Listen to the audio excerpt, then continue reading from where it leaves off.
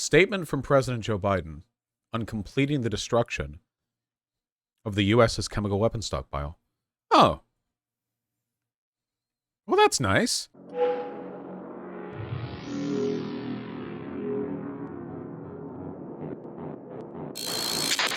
Wait, we still have chemical weapons?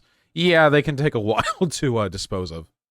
What do you think of the Biden administration sending cluster munitions to Ukraine? Good. Russia's been using cluster munitions against Ukraine since the start of the war. Also, Ukraine is striking military targets. Russia's striking civilian targets. Cluster munitions are less ethical, largely in the context of their imprecision, because you'd strike like an entire city rather than like a specific target. But the Russians aren't holed up in like Kiev. So I did see one thing that was quite funny. Hold on. Oh, I hope I can find it. There was this Russia simp who was like, I'm just horrified by the destructive potential of cluster munitions. I can't stand to see them as such, or whatever. And then somebody found like 1 year ago they were defending Russia, and they were like, sure, Russia's using cluster munitions, but like whatever, dude. Like they're kind of fun. They're kind of cool, right? Like they're cool, and I don't think it's a big deal. And like, I mean, if you're mad, then like, there's a bunch of Vatnik types who are like this. See, look. Ukraine wants to use cluster munitions. Don't come crying when Russia uses them as well. Ah, yes. Don't come crying when they use them as well.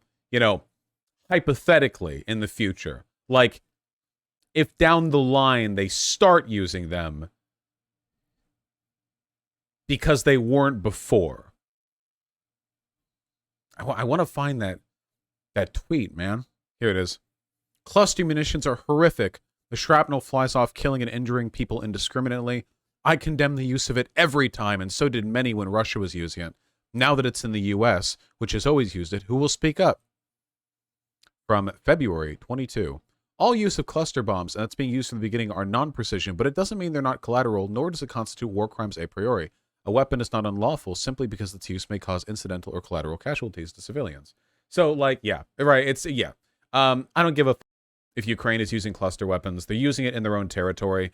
They can create unexploded bomblets, which is unfortunate, but I think that Ukraine's top priority is winning the war, Keep in mind, pretty much everything that Ukraine does has to be framed through a different ethical lens, because they are, again, not trying to conquer new territory. They're not invading other people. They're defending themselves from an invasion. Very, very different set of circumstances. So, whatever, if it helps them win. Russian soldiers have been mass raping Ukrainian women and children. Anyone who defends Putin is pro-child rape? Yes. Everyone who defends Russia enjoys raping children personally. That is true. It's the Russian army. Of course they're going to do this. They're barbarians. I really do mean that, by the way. The military culture in Russia is psychotic. They treat their conscripts like absolute garbage. Ever since, like, literally, okay, when I was young, I believed the, like, Russian human waves thing, where they would just, like, send in billions of soldiers to die needlessly against the Germans and so on. And then when I got older, I realized, okay, no, that's like a video game meme. That's not true. And now that I'm like almost 30, yes, it is. That is true. No, that actually is basically indicative of their military strategy since the Russian Revolution. That sums it up. Just in terms for their casual disregard for human life. It's the attitude of the officers, and it seeps down into the soldiers and the conscripts. It's not good. Yeah, the basic modus operandi of like Russian military aggression is conscript everyone, then send all the ethnic minorities in the country to their death first, and all the ones who don't die in combat die from suicide or alcohol overdoses to cope with the insane living conditions in their barracks and recruitment facilities. Has the U.S. ever been involved in mass rapes in combat in any instance? Of course. Yeah, soldiers do that. But the Russian military is especially bad. And I do absolutely defend that. Yeah, you can read up on the history of their engagement in basically any conflict. Right now, at this moment, the U.S. military exercises a much greater degree of discipline and humanitarian engagement than the Russian military. And that's a low bar, by the way, because the American military is not good. I'm really just trying to stress how bad the Russian military is. Not a defense of the American military, which is bad. Russia, Very, very, very bad. You can read up on the first Chechen war. Anything from World War II. Read up the Soviet invasion of Afghanistan. You can read up on the first and second Chechen wars. You can read up on the war in Ukraine if you really want to. If you want to get crazy with it. It's consistently terrible. I think that we were much closer to par like 50 years ago because our behavior in Vietnam was morally black hole territory, like morally like death spiral, demon cult, death, unimaginable barbarism, so on. But America has changed a lot since the Cold War in terms of their foreign engagement, mostly preferring to settle on soft power as a mechanism of controlling people abroad. And Russia has gotten, arguably, in a lot of ways, worse when it comes to military doctrine and their attitude towards foreign engagement.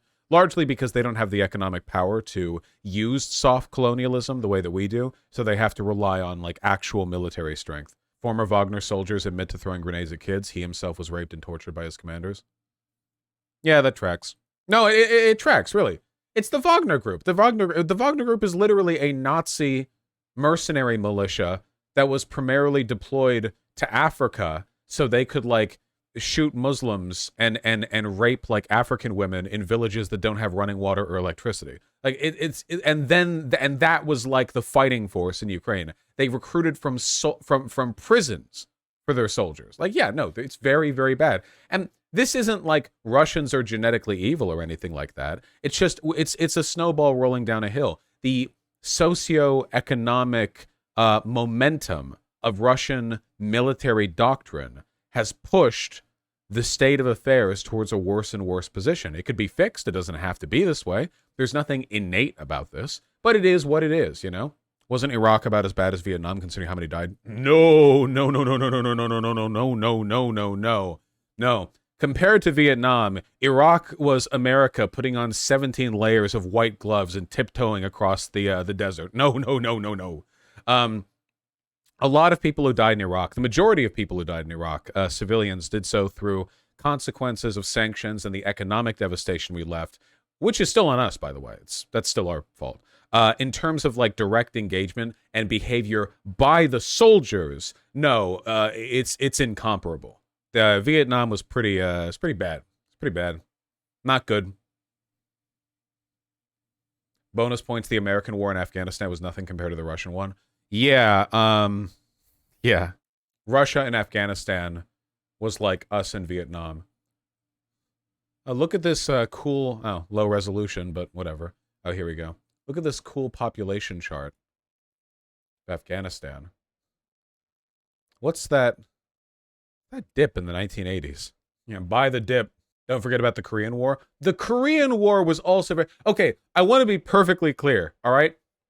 When I say that the Russian military is especially barbaric, I'm comparing it to the way our military is developed today, the standards and level of discipline.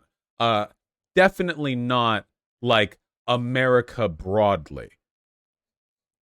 You know, in our history broadly, I would not have made that comparison in that way during like 1967. Like in 1967, when Kissinger was at the head of the White House Foreign Policy Affairs Department pulling switches, I would not have been like, well, Soviet military is really evil. I would not have made that argument. I mean, it was, but, you know, I wouldn't have made a comparative argument. I would not have done that. Cold War was pretty equal in its war crimes. I think we'd take that one. I don't think the Soviets had the ability to do anything comparable to what we did in Korea and Vietnam. I don't know. I haven't done like a total chart. I haven't done a total chart up. A lot of people died in the Korean War. 5 million people. We don't even talk about the Korean War. The reason we talk about the Vietnam War is because because we had the draft and a lot of Americans came back with PTSD. In terms of total deaths, you know, the Korean War, despite mostly Chinese and Korean people dying, not Americans dying, that was we kind of did that a little bit. Well, we didn't help.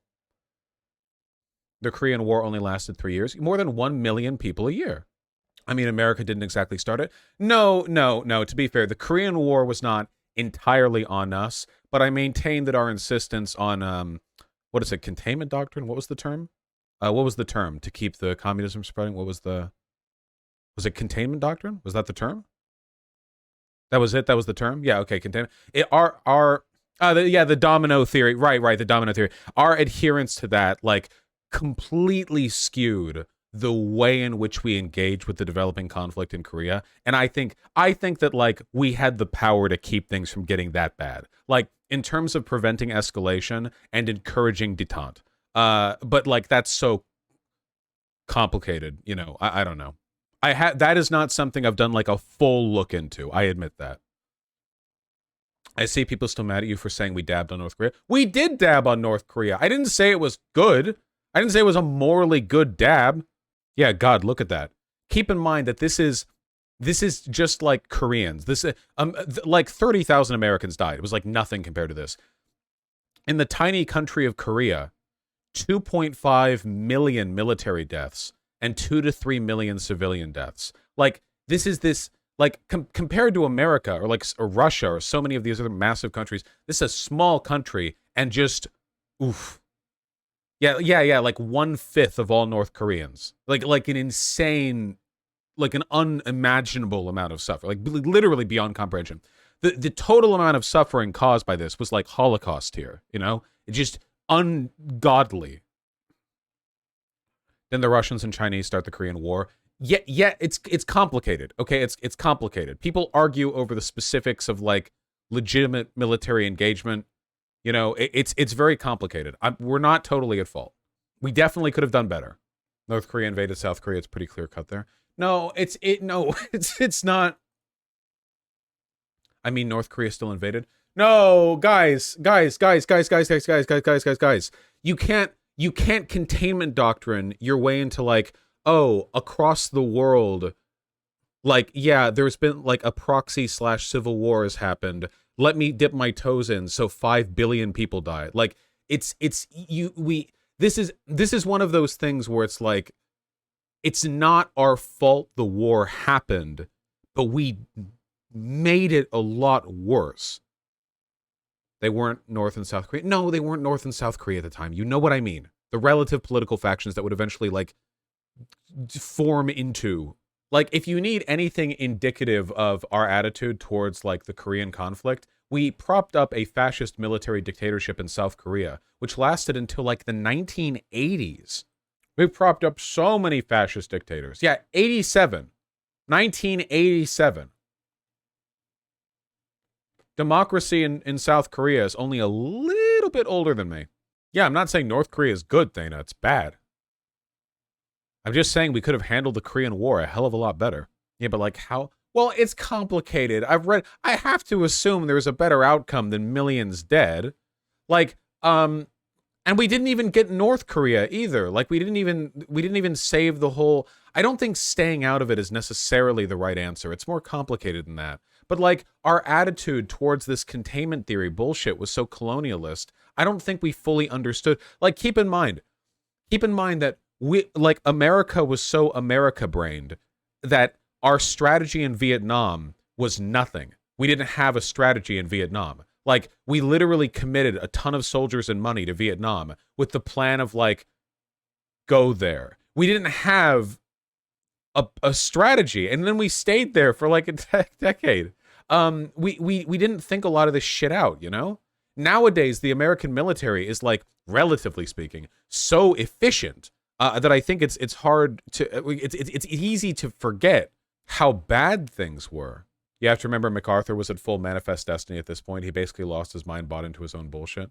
Yeah, he wanted to nuke China, right? That was his plan. It was like, what was it? Operation Unthinkable? Yeah, Operation Unthinkable, potential plan. Oh no, this was the British chief of staff. Sorry, this was Churchill. This wasn't MacArthur. And it was, we invade the Soviets, the nanosecond Hitler dies. He wanted to nuke the border to China. Yeah. Wild guy. Basically, all of the, like, World War II military heroes from the Allies were themselves lunatics. Like, General Patton probably would have overseen the Holocaust if it was Americans doing it and not Germans. MacArthur was, like, an unhinged lunatic. Churchill was a genocide orchestrator and penned Operation Unthinkable, which Yeah, thank for car accidents. Oh my god. Yeah, he wanted to use atomic bombs to contain China. Oh, it's okay. They would have been tactical atomic bombs. Patton also publicly supported going to war with the Soviets, which is probably why we didn't complain too much when he got killed with a car bomb. Even the US was like, yeah, he kind of favored. Well, you have to keep in mind that, like, all of the military leaders who made their way through, who led us through World War II, were full of, like, vim and vigor. And they grew up and learned all their military doctrine in a world without nukes. So, like, you have a guy like MacArthur, who is basically on top of the world, and he spent his entire life, and he's, no doubt, I mean, he's certainly an accomplished military leader, and then, like, you introduce nukes, but in his head, it's like, oh, it's a big bomb. Like, it's different, right? Like, we now understand the whole end of the world thing, but for him, it's like, oh, well, we now have big bombs, that's useful. You know, he's still running World War II in his head. I feel like the US and allies had the moral obligation to liberate Eastern Europe after World War II. Man, no, that would have been bad. We couldn't have fought the fucking Soviets in a direct ground war across the Iron Curtain. You know, I feel like I need to go over this, man, but, like, a lot of people, I talk a lot about how bad the Soviets are, but a lot of that is because I'm doing, like, the contrarianism bit, where a lot of lefties don't understand how bad they were, but lefties do know how bad America is. But what you guys need to know is how bad America is. There were so many times that we made the Cold War worse. JFK and Reagan, I remember reading this, there were, like, multiple instances of of the Soviets directly trying to, like, reduce the Cold War, like, bring it down a notch, like, lower the level of paranoia and fear-mongering and military engagement. And, like, what do you think Reagan's gonna do when he hears that? No way, of course not. Like, the whole like, Star Wars Reagan laser nuclear deterrent thing was such a joke. It cost the American military a lot of money, the American taxpayer a lot of money, and the whole point of, like, a mutually assured destruction endgame satellite button kind of presupposed the idea that Reagan was betting on perpetual conflict. He turned down opportunities to, like, chill things out. There was a world where the Soviet Union and America could have gotten along better, because after, like, the 1960s especially, I think that the Soviet leadership had kind of leaned off the idea of, like, the world revolution in the way that, like, maybe, like, you know, like, immediate post World War II, you know, the Soviet government was supplying money to every single party across the world that called itself communist. And America, like, I feel we could have collaborated with them, like, a lot. We could have worked with them a lot. We're doing the same thing right now. America, we do not allow our scientists and astronauts to do collaboration with China for spacefaring endeavors, because some boomer fucks at the Pentagon or Congress, it was Congress, were like, what if China steals our tech? What the f do you mean? The ISS was like it's the International Space, but, like, we're not doing, like, joint shit with China anymore. And as a consequence of that, China's building its own space station, and we're, like, losing out on opportunities to have shared PR victories. And what's more, because of cuts to NASA, didn't we end up doing joint rocket launches to get our astronauts into space with Russian rockets? Like, in a time period where Russia's warring with Ukraine, we don't have the money to send our guys up in our rockets, so our astronauts have to virgin walk their way over to Russian rockets to go up to shared space facilities. Meanwhile, Congress keeps us from interacting with China because half the politicians in our country are obsessed with prolonging this weird trade war narrative with China, which doesn't mean anything because we're mutually codependent. It's so dumb. A lot of this is China's fault too, because they provably stole F-35 planes. Yeah, I know, they're China, they steal tech, I know they do, but, like, man, we have to get along with the rest of the world. We can't keep doing this. We did it all through the Cold War, and it bit us in the ass. Half of the world is still smoking rubble because our only strategy for dealing with Soviets and communism was kill, kill, kill, kill, kill, kill, kill. That's all we did. We funded Nazis all across Western Europe, and what happens? You're a socialist party that democratically got elected in Latin America. Kill, kill, kill. You're a communist group that's doing like literary analysis and, like, pamphlet spreading over in Italy. Kill, kill. We'll fund Nazis to kill you. everywhere in the world, like a looming eye. We have like no strategy outside of killing people who threaten our business interests. We'll invade, we'll delegitimize, we'll overturn anything to keep us from engaging in like simple democracy. Simple, like basic shit. Stuff that other people all around the world have to like swallow their pride and deal with every day. Do you think countries in the developing world like dealing with us? They hate us. They hate us because they were colonialized by the French up until 1982 or whatever, and then their only chance of getting any money after France left with everything was having an exploitative business deal with our companies so they get like 2% of the revenue of the natural resources we extract for our markets. They hate us, but they have to deal with us because the alternative is mass starvation in their country. Whereas we're so proud, we're so pride-filled, we're prideful. We're so prideful that, like, even during the height of the Cold War, we insist on exacerbating conflict. Even now, we can't get along with China. It's ridiculous. It's ridiculous. Are we the bad guys? There are many bad guys, and we are one of them.